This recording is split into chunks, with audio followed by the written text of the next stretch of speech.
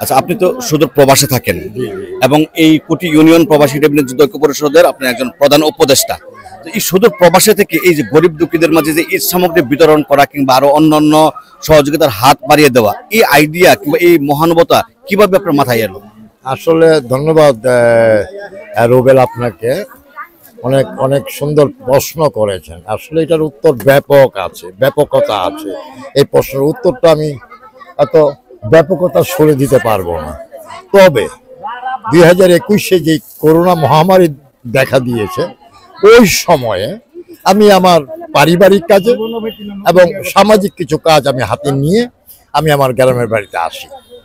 আমার কার্যক্রমগুলা সুদূর প্রসারে বসে আজকের রেমিটেন্স যোদ্ধাদের মধ্যে যারা আছেন, সম্মানিত সভাপতি, সম্মানিত সাধারণ সম্পাদক তথা সুদূর কানাডা, আমেরিকা, ইউরোপে অবস্থান করছে, সৌদি আরবে অবস্থান করেছে যে সমস্ত রেমিটেন্স যোদ্ধা ভাইদের সমন্বয়ে আজকের এই রেমিটেন্স যোদ্ধা পরিষদ, এদের অন্যতম আমাকে 2-4 জন ভাই আমাকে ওইখান থেকে বসে প্রশ্ন করেছিল যে ভাই, আপনি তো অনেক দিন যাবৎ প্রবাসে থেকে এই কার্যক্রম করে যাচ্ছেন পারিবারিকভাবে, সামাজিকভাবে, এককভাবে, তো আমরা কি আপনাকে সংযুক্ত করে এই সংগঠনে একটা সংগঠনের মাধ্যমে আমরা কি সকলে মিলে, কুঠির অভিবাসী মিলে আমরা কি একটা কিছু করতে পারি না?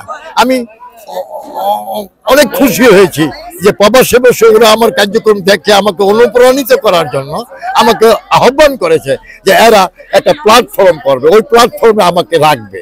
আমি সাথে সাথে রাজি হয়ে যাই এবং আমি কৃতজ্ঞতা প্রকাশ করি তৎসময়ে আল্লাহ তাআলার দরবারে যে অভিবাসে বসে কুটির সন্তানেরা, যে সন্তানেরা এই অভিবাসে বিভিন্ন দেশে অবস্থান করছে, তারা আমাকে একটা প্রস্তাব দিয়েছে যে আপনাকে নিয়ে আমরা এরকম একটা সংগঠন করব, যে সংগঠন শুধুই কাজ থাকবে মানবিক কার্যক্রম।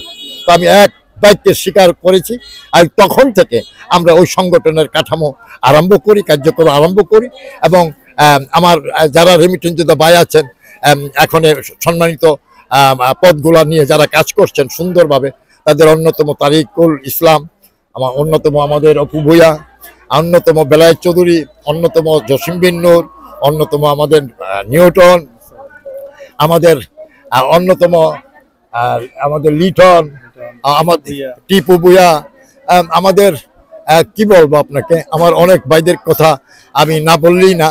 আমি এদের কাছ থেকে অনেক উৎসাহ পেয়ে আমরা সকলে মিলে প্রতিদিনই আমরা এই সংগঠন সংক্রান্ত বিষয়ে আলাপ করি এবং আমি উৎসাহিত পাই। আর এই উৎসাহিত পাওয়ার পিছনে তাদের ভূমিকাই সবচেয়ে বেশি, যারা আমাকে এই উৎসাহিত করে আজকে তাদের মাঝে আমাকে রেখেছে।